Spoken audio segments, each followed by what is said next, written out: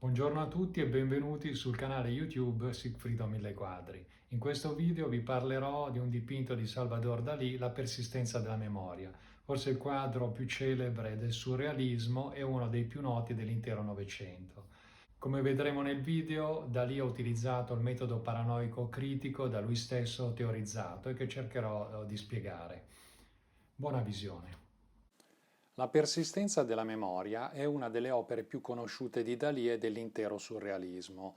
Realizzato nel 1931, quindi 2 anni dopo essere entrato nel gruppo surrealista, il quadro è di piccole dimensioni, misura 24 x 33 cm ed è conservato al MoMA di New York.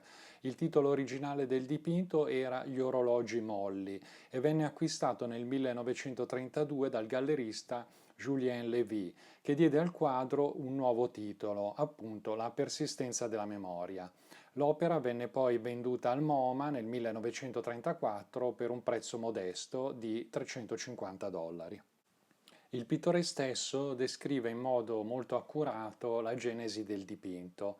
Dopo una cena organizzata a casa con degli amici, Dalì non si sente molto bene, ha un cerchio alla testa.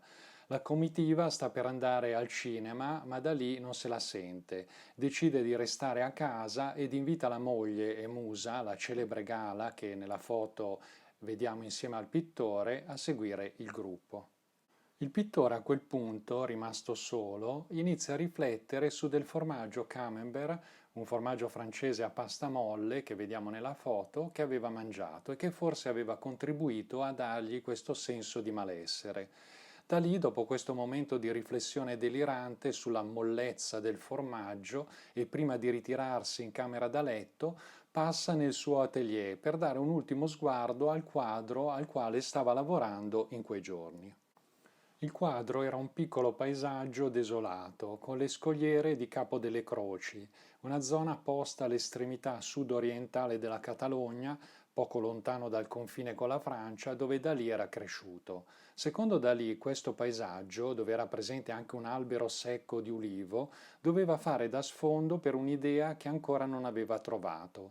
Ed ecco che si accende improvvisa l'ispirazione. Dalì, stimolato dalla mollezza del formaggio, inizia a lavorare con foga, nonostante il senso di malessere sempre più forte. Dopo un paio d'ore, al rientro di Gala a casa, il quadro è terminato. Dalì aveva inserito nel quadro alcuni orologi da taschino in stato di liquefazione, trasformando il paesaggio in una riflessione sulla relatività del tempo.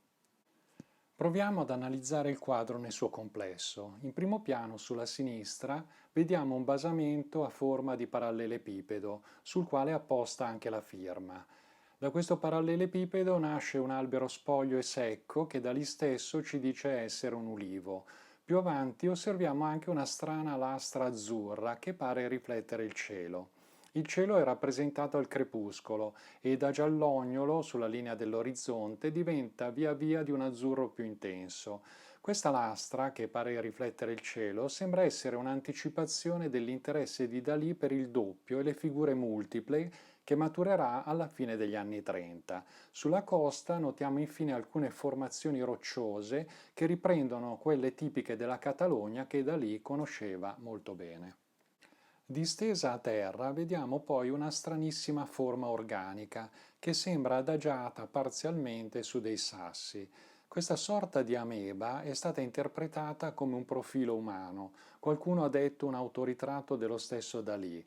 Riconosciamo soprattutto un occhio chiuso con delle lunghe ciglia, un naso e poi qualcosa che somiglia ad una lingua. In questa entità l'aspetto più importante credo che siano gli occhi chiusi che riconducono al tema del sogno. Questo profilo ricorda un'altra strana entità presente in un dipinto di Dalì del 1929 che si intitola Il grande masturbatore e che vediamo nell'immagine. Nel quadro sono poi presenti 4 orologi da taschino. 3 si stanno liquefacendo, prendendo la forma dell'oggetto che li sostiene. Uno è posto al bordo del parallelepipedo, un secondo è posto sul ramo dell'ulivo, un terzo sulla forma organica stesa a terra. Questi tre orologi ci mostrano il quadrante con le lancette ed ognuno segna un orario differente. Il tempo meccanico degli orologi ha perso la sua caratteristica di esattezza nel mondo onirico di Dalì. C'è però un quarto orologio, posto sempre sul parallelepipedo, che non mostra il quadrante, ma è girato o chiuso. Sopra questo orologio vediamo brulicare un gran numero di formiche. Dalì aveva una fobia per le formiche sin da quando era bambino. Questi piccoli animaletti sembrano prendere d'assalto l'orologio come se fosse una piccola carogna di un insetto, ma l'orologio sembra resistere, è ancora solido e presumiamo funzionante secondo una logica razionale. Allo stesso modo, solide sono le rocce sulla costa, che rappresentano il lato duro della materia, quello contrapposto al lato molle, una dicotomia duro-molle che torna spesso nelle opere di Dalì anche con connotazioni sessuali.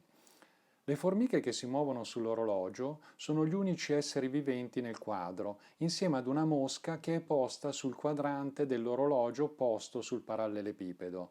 Tutti gli insetti proiettano le loro ombre, confermando il fatto che nell'ambito della visione fantastica ed onirica di Dalì, questi insetti sono reali, dotati di una corporeità, non sono dei fantasmi.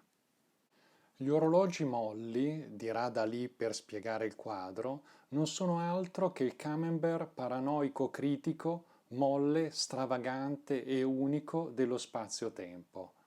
Le parole di Dalì, che vediamo in una foto del 1934, ci appaiono appunto particolarmente stravaganti e incomprensibili, ma sono estremamente illuminanti e ci guidano nella comprensione dell'opera.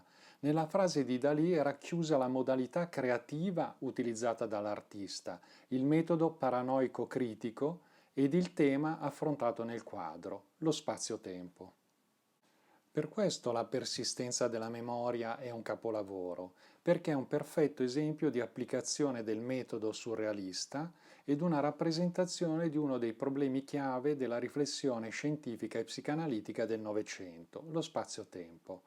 Il pittore ci sta dicendo che a partire dal senso di mollezza del formaggio, che tende per sua natura a deformarsi e squagliarsi, aveva trovato un'associazione del tutto libera per pensare al continuum dello spazio-tempo, un argomento che evidentemente lo interessava molto. Il tema al centro del quadro è dunque il tempo inteso non più come assoluto e oggettivo, ma relativo e soggettivo. L'argomento è molto complesso e ci porta al cuore di due grandi temi del Novecento. Uno è psicologico e legato alla psicanalisi ed agli studi di Freud. Il surrealismo, corrente a cui aderì Dalì, come sappiamo, fu molto interessato al tema del sogno e dell'inconscio. L'altro è scientifico e legato alla fisica ed agli studi di Einstein. Dalì era personalmente molto interessato agli sviluppi novecenteschi della fisica e tale interesse continuerà nel tempo. Pensiamo ad esempio alle sue opere degli anni 50, definite come pittura atomica o nucleare, che risentono delle scoperte della fisica particellare. Vediamo come questi due grandi ambiti di riflessione emergano nel quadro. Gli orologi, come sappiamo, ci danno una misurazione oggettiva dello scorrere del tempo. Gli orologi ci danno un punto di riferimento assolutamente funzionale e scandiscono le nostre giornate. Nel nostro sistema di riferimento, la vita ordinaria, l'orologio è oggettivamente preciso. Ma gli orologi, ci dice Dalì nel quadro, non esauriscono il problema del tempo. Sotto la lente della psicanalisi e della fisica novecentesca, gli orologi perdono la loro consistenza, diventano molli, malleabili, flessibili. In altre parole, non sono più una certezza oggettiva. Sul piano psicologico esiste intanto una percezione soggettiva del tempo. Lo possiamo sperimentare tutti noi. Se stiamo vedendo ad esempio un film molto avvincente e che ci coinvolge, avremo la percezione che 2 ore passino in un attimo. Al contrario, se stiamo vedendo un film che ci annoia e che non è nelle nostre corde, durante la visione continueremo a guardare impazienti l'orologio ed avremo la sensazione che il tempo non scorra mai. La questione diventa ancora più eclatante quando dormiamo ed entriamo nel mondo dei sogni. Qui le regole che governano la realtà oggettiva sembrano dissolversi completamente. Qui dominano altre regole, quelle dell'inconscio. I nostri riferimenti si perdono e ci pare di vivere in una realtà dove è possibile saltare nello spazio e nel tempo. Per fare un esempio semplice e banale, possiamo sognare di tornare bambini sui banchi di scuola, ma con un corpo di adulti.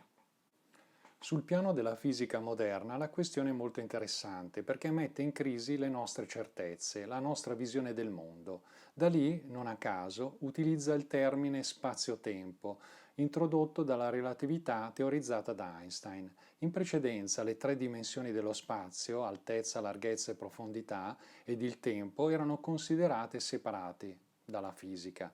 La visione relativistica connette invece allo spazio anche la dimensione del tempo. La percezione del tempo può cambiare, secondo la teoria, se l'osservatore è posto in condizioni differenti. Ogni evento che si manifesta è quindi descrivibile attraverso 4 dimensioni. Grazie alla relatività di Einstein vengono superati i concetti assoluti di tempo e di spazio, ma esiste uno spazio-tempo in cui le coordinate spaziali e temporali sono legate tra loro in funzione dello spostamento relativo dell'osservatore. Ma torniamo a Dalì e proviamo a comprendere il metodo paranoico critico, teorizzato dal pittore dopo l'ingresso nel gruppo surrealista avvenuto nel 1929. Metodo che è appunto composto da 2 momenti, prima quello paranoico e poi quello critico. Il primo momento è quello irrazionale, quello dominato dall'inconscio, che comprende, secondo le teorizzazioni che ne fa Dalì stesso, l'esperienza delle delusioni, delle ansie, delle fantasie e delle frustrazioni vissute in prima persona dal pittore, che si considera affetto da paranoia, cosa che lo portava a vivere manie di persecuzione o di grandezza. Il processo critico, quello successivo, è invece quello della razionalizzazione della paranoia e quindi di una rielaborazione conscia delle allucinazioni e del delirio.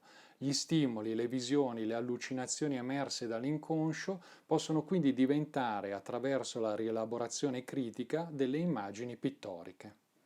Vi mostro ora 2 opere degli anni 50 nelle quali Dalì rielabora il tema degli orologi molli alla luce della sua pittura cosiddetta atomica. Il primo dipinto si intitola La disintegrazione della persistenza della memoria, datato 1952-54, dove notiamo come il paesaggio sia stato scomposto in tanti mattoncini, le unità fondanti della materia. Il secondo quadro si intitola Orologio molle al momento della prima esplosione, è datato 1954. Qui emerge forte la suggestione dell'esplosione nucleare della Seconda Guerra Mondiale che sconvolse il pittore. Aveva ragione Gala quando, rientrata a casa dopo essere stata al cinema con gli amici, vedendo il quadro esclamò: «Questa opera non la dimenticherà nessuno dopo averla vista». Il piccolo dipinto, uno dei più celebri di Dalì e dell'intero Novecento, porta evidentemente con sé un'immagine davvero potente, anche se a dire la verità le intuizioni della psicanalisi, ma ancor più quelle della relatività, non sono entrate in maniera così forte nella nostra esperienza quotidiana, dove viviamo rassicurati dai sistemi di riferimento della fisica classica e guidati più o meno dalla logica. L'immagine degli orologi molli agisce probabilmente in noi ad un livello più sottile. Sentiamo che da lì ha colto qualcosa che sfugge alla ragione, ma che sentiamo dentro di noi come veramente significativo e illuminante. Se avete gradito il video mettete mi piace e iscrivetevi al canale. Fatemi sapere se anche secondo voi la persistenza della memoria è uno dei dipinti più belli, importanti e significativi del surrealismo e dell'intero Novecento. Fatemelo sapere nei commenti. Intanto vi ringrazio per la visione e vi aspetto alla prossima.